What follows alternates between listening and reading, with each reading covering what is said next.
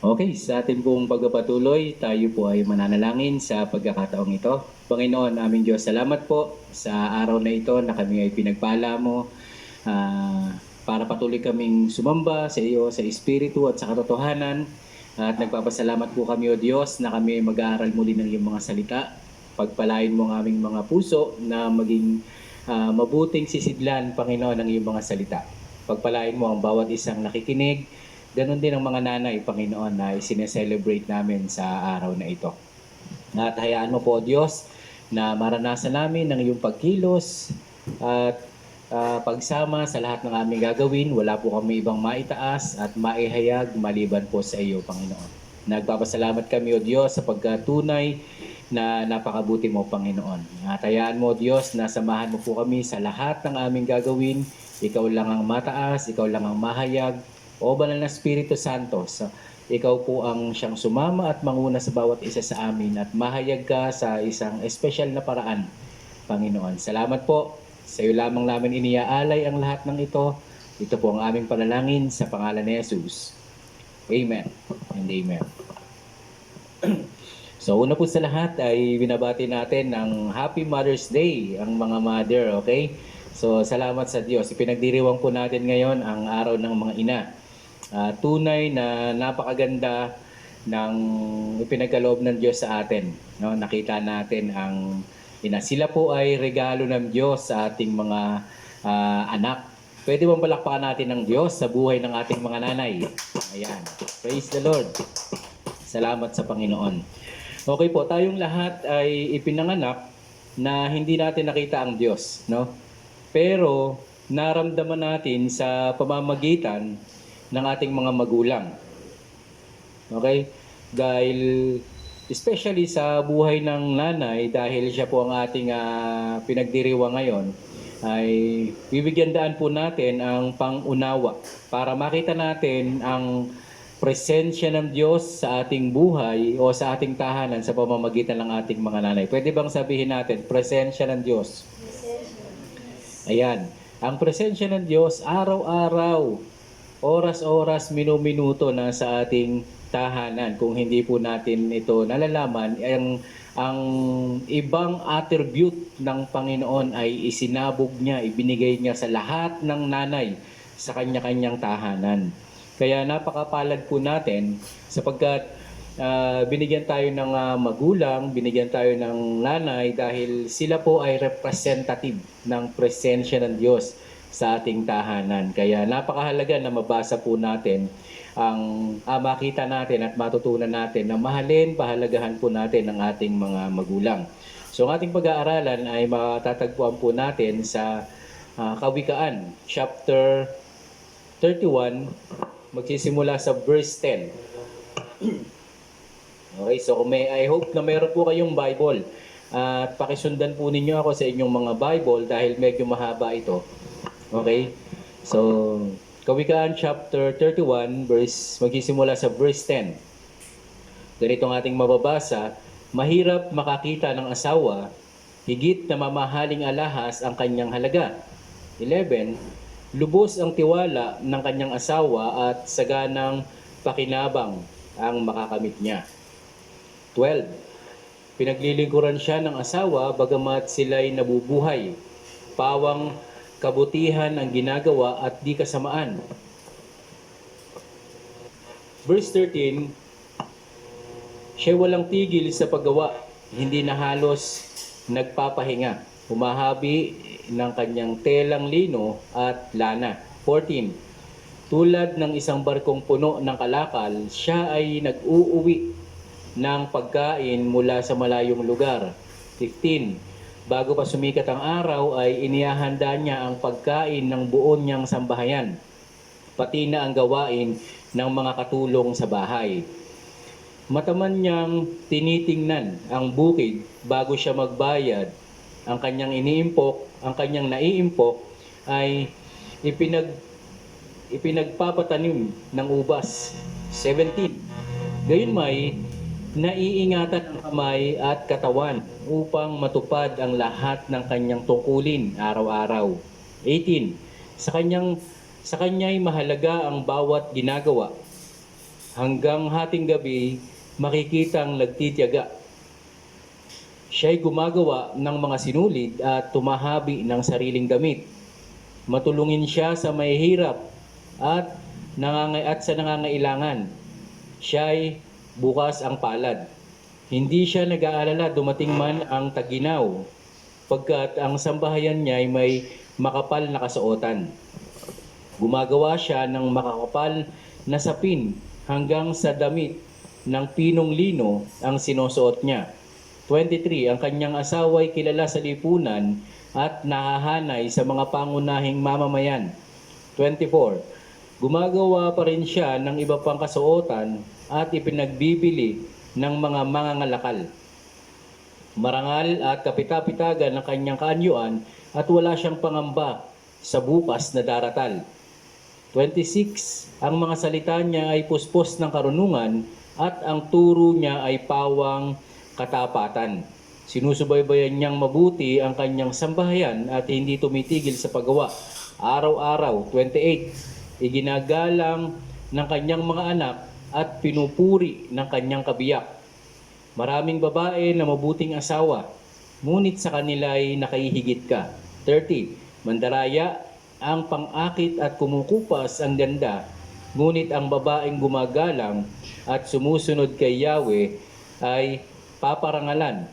Ibibigay sa kanya ang lahat ng parangal. Karapat dapat siya sa papuri ng bayan. Pinagpala po ng Diyos ang kanyang mga salita at patuloy na pagpapalain sa ating pag-aaral. So ang presensya po ng ating Panginoon o ang kanyang mga katangian ay makikita po natin sa bawat araw ng ating buhay. Number 1 po, makikita po natin ang mga katangian ng Diyos sa pamamagitan ng nanay natin ay ang una ay ang walang pagod na kamay ng Diyos. Walang pagod na kamay ni nanay sa paggawa, halos hindi na nagpapahinga. Okay, so sa verse 13, mababasa po natin yan, makikita natin ano sabi rito, wala siyang tigil sa paggawa, hindi na halos nagpapahinga. Humahabi ng kanyang telang lino at lana. So imagine, ang ating nanay, hindi natin napapansin, pero yun ang kanyang trabaho. Wala siyang tigil sa paggawa. Ang kanyang kamay ay talagang hindi mo siya mapigilan. Minsan nga kahit yung aking asawa gabi na may ginagawa pa, natutulog na kami, may ginagawa pa siya para sa amin. Kasi ang isip nila hindi mapakali advance, kinabukasan iniisip pa nila 'yon.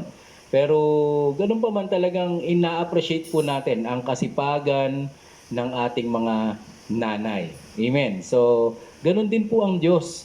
Ang kamay ng Diyos maaaring hindi natin napapansin pero hindi ho tumitigil sa paggawa. Araw-araw, halos hindi nagpapahinga po ang ating Panginoon. Verse 27, basahin pa ho natin.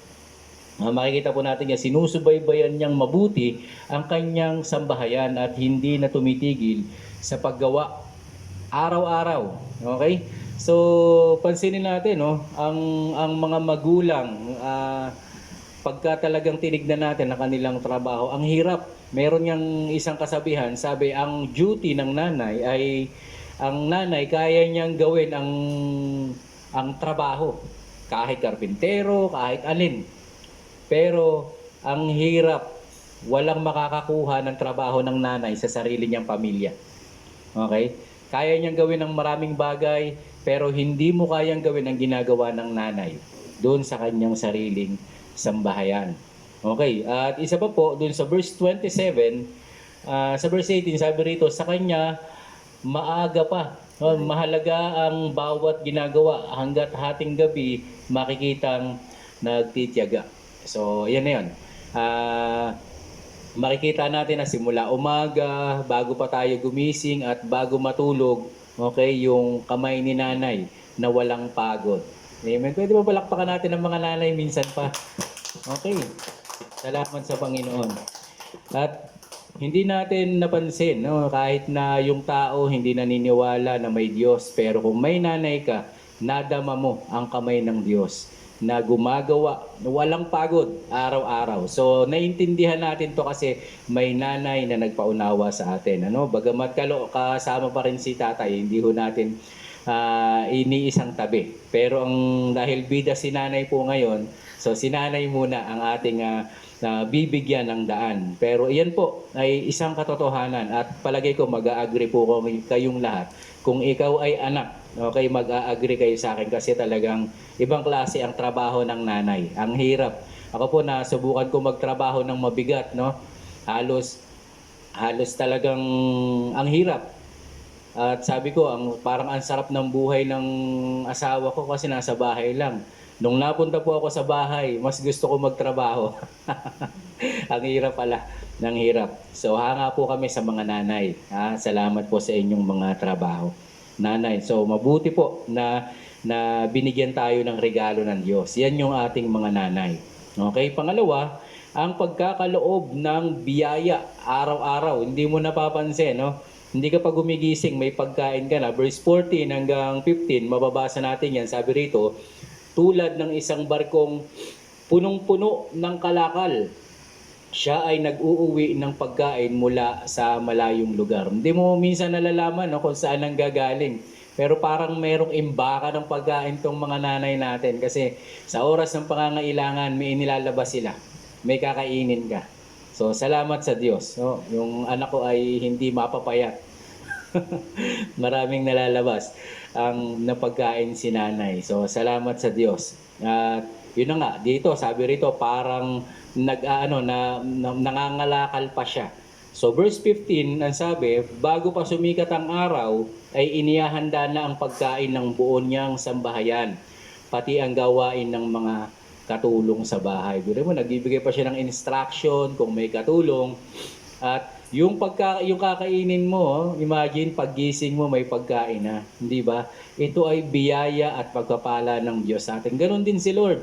Minsan hindi natin hinihingi, no, na Lord, pakainin niyo po kami ngayon. Pero alam ng Diyos, kailangan natin yan, inihanda na po yan. Nabasa ko po yung post ng isang mentor natin, ano, na nagsasabi, sabi niya, yung present mo, future ni Lord. Okay? Ibig sabihin, yung future natin na hindi pa natin nakikita, ginawa na ng Diyos yun, inihanda na ng Diyos para sa atin. Kaya no need to worry, na mababasa natin sa Biblia, huwag tayong mamroblema para sa araw ng bukas. Kasi sapat ang biyaya ng Diyos bawat araw. Ganon din ang ating mga nanay, no? Meron siyang inilaan bawat araw. At maniwala ho tayo, okay? Na hindi nagmamagic yan, pero talagang napagkakasya nila at ang galing. Ganon din ang Panginoon. Ayon sa ating mga pangangailangan na ibibigay niya ang lahat ng ating mga pangangailangan. Ito ay biyaya ng Diyos araw-araw. So ang buti ng Diyos, ang buti ng Panginoon. Amen po ba? Amen. Okay, pangatlo, na mapapansin natin na ang presensya ng Diyos nasa ating tahanan dahil nandyan si nanay. Ang sabi rito, ang kanyang napakagandang panukala o plano o yung kanyang mga paghahanda na ginagawa. O verse 16, tignan po natin. Ang sabi diyan, mataman niyang tinitingnan ang bukid bago pa siya magbayad ng ang kanyang naiimpok ay ipinagtatanim ng ubas. Grabe, ano? Alam po yung nag-iipon. Hindi ka pa nasabi mo pa lang, nanay, meron akong project, kailangan ko nito. Hindi mo alam. Tinatanggal niya yon sa kanyang mga pangangailangan at pinaghahandaan niya yon. At yung iyong pag-aaral, okay, pinaghahandaan ng nanay yan. Ako po, lalaki, hindi ko masyadong ano yan, pero si Mrs. Advance ang isip, ano, talagang pagka minsan kukuha ako ng pera, teka, meron may nakalaan na yon, may mga tarya na yun, may mga pangalan pa. Yung pera mo may stapler na, may pangalan pa. Okay, para dito yan. So ganyan si nanay. At nakita natin na ang katangian ng Panginoon, ganun din. Okay, hindi mo pa alam na mag-aaral ka pero meron nang ibinigay ang Panginoon. makakatapos at makakatapos tayo. At hindi lang yan, sa napakaraming paraan, nakikita natin kung paano pinaghahandaan ng ating mga nanay ang ating future o kaya yung ating mga pangangailangan. Nandiyan na. So napakabuti po ng Panginoon. So nag-iimpok, verse 19, mababasa natin pati yung ating mga susuotin, ano? Sabi rito, siya'y gumagawa ng mga sinulid at tumahabi ng sariling damit. Sa 21, sabi rito, hindi siya nag-aalala dumating man ang tagginaw pagkat ang sambahayan niya ay may makapal na kasuotan. Sa verse 24, sa verse 23 lang, makikita na po natin doon na ganyan na po. Ganyan ang paghahanda ng mga magulang, pati yung ating mga susuotin. Alam niyo po ba yung fine linen, yung pinong lino? Sa pagkatiningnan po natin yan sa kultura ng mga Israelites, no? Ayan po ay mamahaling tela. Okay? Mamahaling tela yan. So ibig sabihin, yung mga siguro yung mga magagandang klase ng mga damit na meron kayong suot ngayon. Tignan nyo kung anong mga brand ng damit ninyo. Okay? Salamat sa mga nanay. Okay, pinaghahandaan nila, hindi basta-basta sila bumibili. Hanggat maaari, mabigyan ka ng pinakamaganda. Siguro, hindi man natin nakuha yung pinaka, pero alam nyo po, sa budget, pinaka the best yung ibigay. Kasi ayaw nilang mahuli ka sa kasuotan ng iba. Amen po ba? So, ganyan napakabuti ang ating mga nanay. Pinaghahandaan niya po iyan. At sinisikap niya dito po kahit nanay sa panahon ng lumang tipan sila ay nagtatrabaho. Makikita po natin sa verse 24, sabi rito gumagawa pa rin siya ng iba pang kasuotan at ipinagbibili sa mga mangangalakal. So biro niyo yung ginagawa niya, ipinagbibili. So ito ay ginagawa niya para makapag-ipon. So may extra income pa, biruin mo halos hindi talaga siya tumitigil sa paggawa kasi nandoon yung pagpupursige niya at pagbibigay niya sa atin ng panahon para magkaroon pa siya ng extra income. Minsan kung bulyawan natin, sumbatan natin yung ating mga nanay, alam niyo po hindi na halos makabili ng para sa kanila kasi halos lahat na lang ang binibili ay para sa atin, sa ating mga anak. Kaya alam niyo po, magpasalamat tayo. Kung ang inyong mga magulang ay nakapagbigay ng napakagandang bagay na yan, ganyan din po ang Panginoon. Gusto ng Diyos ang pinakamabuti sa atin. Okay? Kaya lang kung minsan kasi tayong mga anak, tayong mga tao, mas pinipili natin kung ano yung gusto natin. Alam niyo po, may magandang bagay na ibinigay ang Diyos para sa atin. Bagamat ang mga kabataan kapag natuto ng mag-style, ayaw na nila yung gusto ng nanay.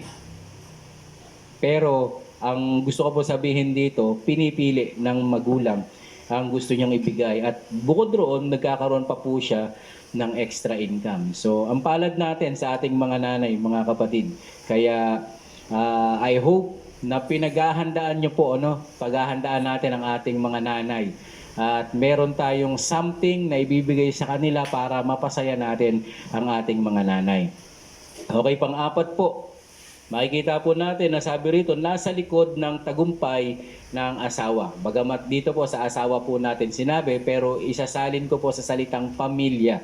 Kasi kapag po nagtatagumpay ang asawang lalaki, nagtatagumpay din ang mga anak at ang buong pamilya. So isa po na makikita natin dito, hindi natin nakita, pero sa likod ng tagumpay ng pamilya o ng lalaki, nandoon po ang kanyang asawang babae. Nandun po ang ating mga nanay. Behind the success of a man, there's a woman behind. So totoo po yung kasabihang yan. At makikita natin ang katotohanan yung binabanggit dito. So makita ninyo kapag po ang isang lalaki ay losyong, ganoon din yung babae na pinababayaan natin. Okay? Malaki po ang partisipasyon ni tatay o kaya ay ni nanay.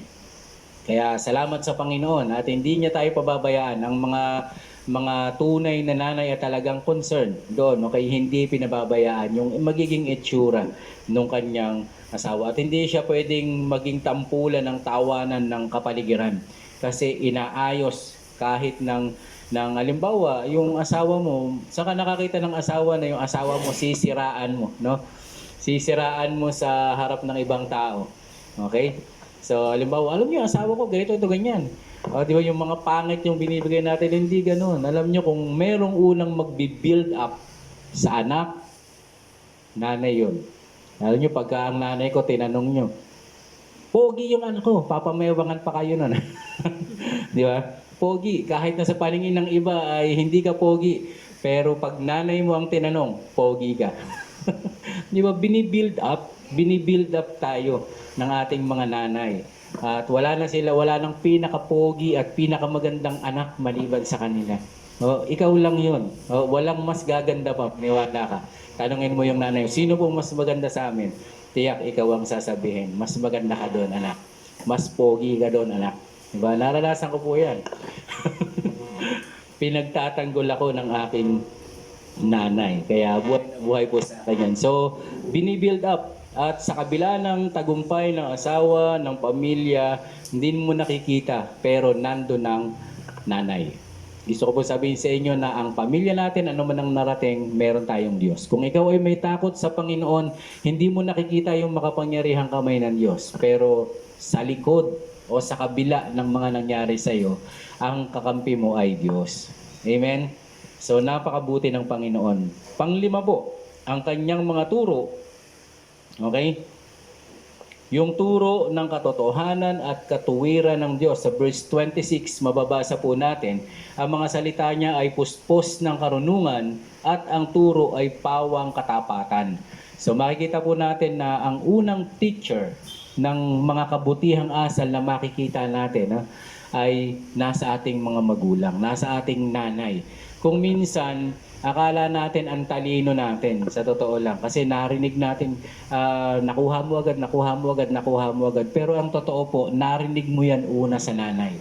Okay? Kaya ka meron karunungan, kaya ka meron kang mga kabaitan, lumalakad ka sa katuwiran, hindi dahil mabuti kang tao, hindi dahil mabait kang tao. Yun ay dahil mayroong magulang na nagturo sa iyo at ipinakita ng magulang yan. Bata ka pa, hindi mo pa alam, anak, okay, hindi tama ito ang gagawin mo sa pananamit at sa lahat ng mga gagawin mo, meron laging turo si nanay. Kaya wag po nating kakalimutan ang turo ng ating mga magulang. Hindi lang si nanay, ganun din siyempre yung utos ni tatay. Alam niyo, pag nagbasa kayo simula Old Testament hanggang New Testament, kung ano yung pinagpapala ng Diyos sa mga anak, yung hindi kinakalimutan yung turo ni nanay. Yung hindi kinakalimutan, yung gumagalang pa rin siya sa kanyang nanay. Yung dala-dala mo yung utang na loob mo sa iyong nanay kasi pinagpapala po ng Diyos yan. At ganun din ang gustong mangyari ng Panginoon. Ang gustong mangyari ng Diyos, wag nating kakalimutan ang kahit na anumang bagay na itinuro niya sa atin. Tayo ay i-design ng Diyos sa katuwiran at sa kabanalan. Parang yung ating mga magulang, hindi niyan pinangarap, hindi kanyan tinuruan na anak, bago pa lang magsasalita, mumurahin mo lahat ng makikita mo, papatayin mo lahat ng makakasalubong mo o makakagalit mo. Hindi ho. Di ba? Kaya lang, ang tao pag nahiwalay sa mga magulang, napunta dun sa mga masasamang barkada, napunta dun sa mga masasamang impluensya. So nagkakaroon ng bagong environment yung kanyang learning. Yung kanyang learning ay naaapektuhan ng mga nakapaligid sa kanya. So dahil dito, ibinilin na huwag nating kakalimutan yung turo ng ating mga magulang. Huwag nating kakalimutan ang turo ng ating nanay. Amen? So ganun din si Lord. Nadadama natin yung kanyang kapangyarihan, madadama natin yung kanyang turo sa pamamagitan ng ating magulang, sa pamamagitan ni nanay. So yung kanyang turo, pagka binasa ninyong Old Testament at hanggang New Testament, lagi nating mababasa yan. Huwag po nating kakalimutan. At yung promise ng long life, nasa respeto at pagsunod sa magulang. Pang-anim po, okay? Ang kanyang pagsubaybay. Sabihin natin, pagsubaybay. Okay, ang presensya ng Diyos sa pamamagitan ng ating mga nanay, makikita natin, halos yung anak ko noon, yung panganay, no? Halos hindi kahit naman yung bunso, halos hindi pa dapuan sa langaw. Okay? Dahil talagang napakatindi ng ginagawang pag-iingat. Okay, sa verse 27, ang sabi rito, sinusubaybayan niyang mabuti ang kanyang sambahayan at hindi tumitigil araw-araw. So makikita natin yan na ang katapatan ng Panginoon doon sa kanyang mga salita ay naroon. Okay, hindi niya yan pinababayaan araw, gabi. Siguro hindi mo napapansin na sinusubaybayan ka ng nanay mo. Kaya akala ninyo, mga minsan nakakapagsinungaling kayo, pinapalampas lang kayo ng mga magulang. Okay? Ngayon ko lang din naintindihan na akala ko nakakalusot ako. Akala ko ang galing ko magpalusot. Pero minsan ayaw lang tayong pahiyain ng ating mga magulang. Okay? Kasi alam niya kung sino ka. Pag nagsisinungaling ang anak, alam ng nanay. Kasi yan ang nagpalaki sa atin. Kaya mga kapatid, napakabuti ng Panginoon. Hindi mo nakita una na may Diyos, pero inilagay ng Diyos ang nanay mo para ipadama sa iyo kung ano yung pagsubaybay. Kaya ngayon naintindihan natin ang Diyos. Kasi may nanay na nagpakita at nagparamdam sa atin ng kung paano tayo sinusubaybayan. Okay? Naalala ko po yung anak kong lalaki. No, yung panganay. Nahulog yan sa double deck kasi yung aming higaan. Nahulog. Buntis po siya noon. Nasa abroad ako. Okay. Hindi po masyadong marunong mag-volleyball player yan. Pero hinabol niya yung aking anak. At hindi po lubusang nabagok ang ulo. Bagamat tumama pero hindi puro. Okay. So alam nyo yung mga magulang natin. Yung asawa ko po ay hindi ganun kalakas. Pero natutuwa ako na yung pinag-aaralan natin, nakikita ko po sa kanya. Nandoon yung pagsubaybay niya at pag-aalaga niya. Ganon din yung mga nanay natin, no? Yung mga nanay natin. Yung nanay ko, nagkaroon ako ng kaaway. Hindi ko alam kung paano agad nakarating sa kanya. Akala ko ako pa lang yung lumalaban, maya-maya nandun na rin siya. At siya na lumalaban para sa akin. Ganon katindi magprotekta yung ating mga magulang. Hindi pwedeng may mangyaring masama sa iyo. Kailangan sa kanila muna dadaan. Parang yung mabuting pastol natin, di ba? Pag inaalagaan ng isang mabuting pastol ng kanyang tupa, bago may mangyaring masama doon sa loob ng kanyang kawan, sabi ng mabuting pastol, dadaan ka muna sa ibabaw ng aking bangkay. So ganyan yung ating mga magulang. Ganyan yung ating mga nanay. Pinoprotektahan niya tayo. At kung maaari lang, hindi ka pwedeng saktan, hindi ka pwedeng sabihan ng ibang tao. Sila talaga masasaktan una. Kasi sa protection na binibigay sa atin, ganun sila katindi. Okay? So ang buti ng Panginoon, last na po, siya ay dahil ganun ang Panginoon, ang ating Diyos. Okay? Na pinaglilingkuran ng ating nanay din naman po. Sa verse 7, makikita natin, sa pangpito, sa verse 28, sabi diyan, iginagalang siya ng kanyang mga anak at pinupuri ng kanyang kabiyak. Pwede ba nating ulitin to? Ginagalang ng mga anak, pinupuri ng kabiyak. Okay. So ito yung mabuting nanay, yung taong may takot sa Diyos, yung babae. Okay? Kaya ito po dapat igalang natin ng ating mga magulang at ganun din yung kanilang mga asawa, dapat sila ay iginagalang. Verse 29, dapat walang ibang pinaka the best na nanay. Walang pinaka the best na iba, kundi ang nanay lang. Maraming babae na mabubuting asawa, ngunit sa kanila ay nakahihigit ka. Siguro maraming pinaka the best, maraming mga best na mami sa buong mundo. Pero sa ating tahanan at para sa ating mga anak, walang ibang pinaka the best na magulang kung nanay kung hindi yung ating sariling nanay. Amen po ba? Pwede bang sabihin mo, kung katabi mo yung nanay mo, ikaw ang the best na nanay na binigay ng Diyos sa akin. Ikaw ang pinaka the best. Amen? Praise the Lord. So, salamat sa Panginoon. At panghuli po, uling-huli na sa verse 31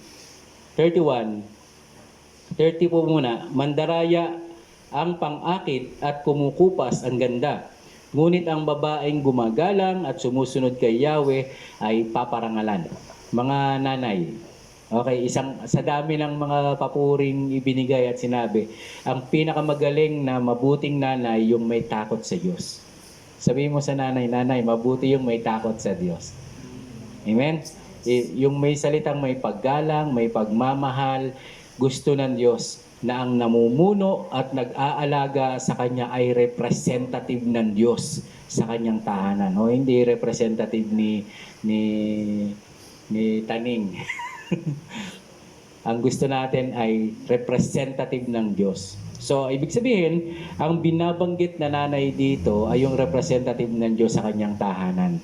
Okay, may takot kay Yahweh. Verse 31, ibigay sa kanya ang lahat ng parangal, karapat dapat siya sa papuri ng bayan.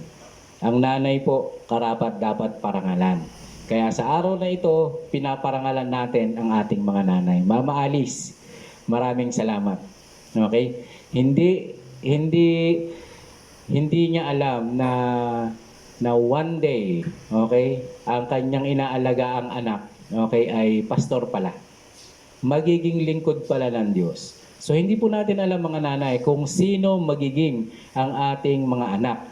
Pero sa mabuting pag-aalaga, dahil ikaw ay katiwala ng Diyos sa iyong pamilya, hindi mo alam kung ano yung mapuproduce mo bilang nanay na taga-alaga. Si Maria, ang lupit, hindi masyadong naintindihan niya siguro, pero tagapagligtas ng buong sanlibutan yung kanyang dinala. Ikaw kaya, ano kaya ang mapuproduce mo? Okay? So, sa isang panalangin, gusto ko po kayong dalin. Mananalangin tayo sa oras na ito.